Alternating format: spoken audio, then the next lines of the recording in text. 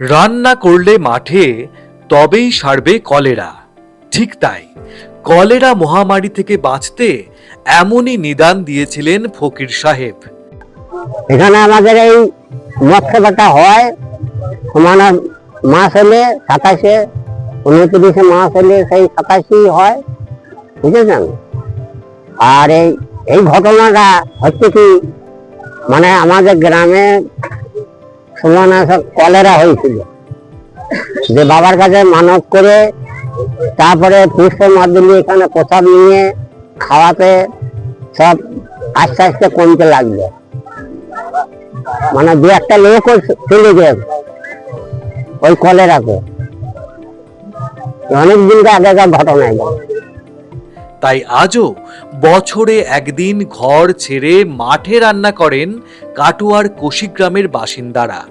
আসুন জেনে নিই এই প্রাচীন প্রথা সম্বন্ধে।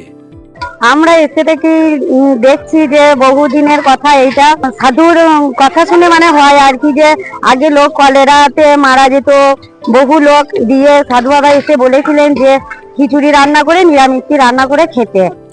পূর্ব বর্ধমান জেলার কাটোয়া মহকুমার কোশিগ্রাম।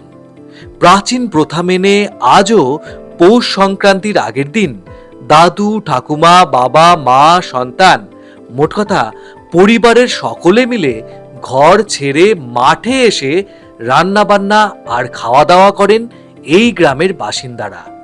আজকের দিনে আমরা বহু যুগ আমাদের দাদুদের আমল থেকেও দেখেছি, একটা মহামারী রোগ হয়েছিল, শুনেছিলাম কোনো ফকির সাহেব এসে এখানে সেই মহামারী রোগটাকে সুস্থ করে তুলেছিল, তারপর থেকে আমাদের গ্রামে চালু হয়েছে। কোশিগ্রামের বাসিন্দারা হাঁড়ি কুড়ি হাতা খুন্তি নিয়ে এসে গ্রামের বাইরে মাঠে এসে রান্না করে সারলেন খাওয়া দাওয়া।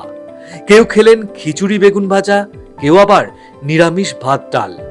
নতুন প্রজন্মের ছেলেমেয়েরা অবশ্য সারাটা দিনই কাটালেন বনভোজনের আনন্দে।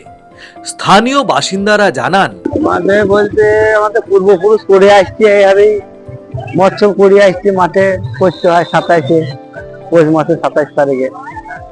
দীর্ঘদিন ধরেই এই প্রথা চলে আসছে কোশিগ্রামে। এর পিছনেও রয়েছে এক অদ্ভুত কাহিনী। যেখানে বহুদিন আগে একটা কলেরা হয়েছিল গ্রামে, মানে মহামারী, সেই সময় প্রচুর লোকজন মারা গেছিল। ওই টাইমে এক ফকির বাবা এসে আবির্ভাব হয় বল্লভপাড়া থেকে।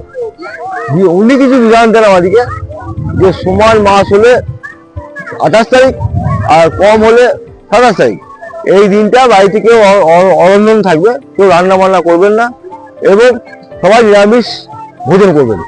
তো সেই থেকে সেই প্রথাটা আজও চলে আসছে। সেই থেকেই আজও সারা বছরের মধ্যে একবার মাঠে এসেই একসঙ্গে পাত পেরে বসে খাওয়া দাওয়ার রীতি মেনে চলেন গ্রামবাসীরা। ফকির বাবার পুজো দিয়ে শুরু হয় উৎসব। ফকির বাবার বংশধরেরা আজও আসেন গ্রামে।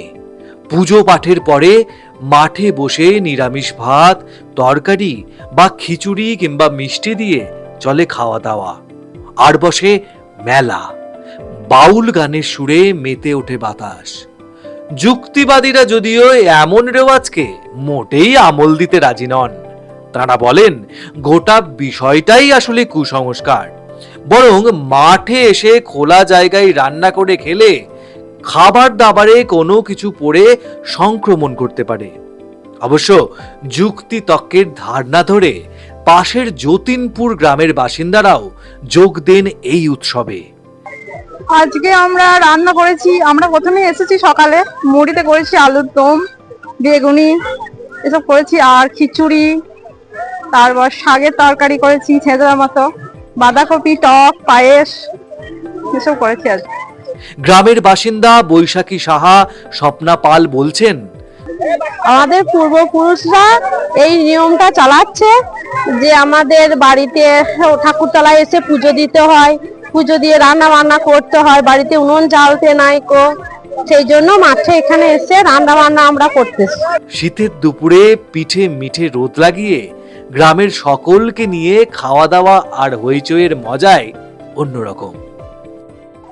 আমাদের এই দিনটা খুব ভালো লাগে, গোটা পরিবার একসঙ্গে থেকে এই যে আনন্দ উপভোগ করি, এটা আমাদের কাছে একটা খুব ভালো আমরা চাইছি আমাদের পরের জেনারেশনও তারা যেন এইভাবে জিনিসটাকে টিকিয়ে রাখে। কেমন লাগলো আমাদের এই প্রতিবেদন জানাতে ভুলবেন না কমেন্ট বক্সে।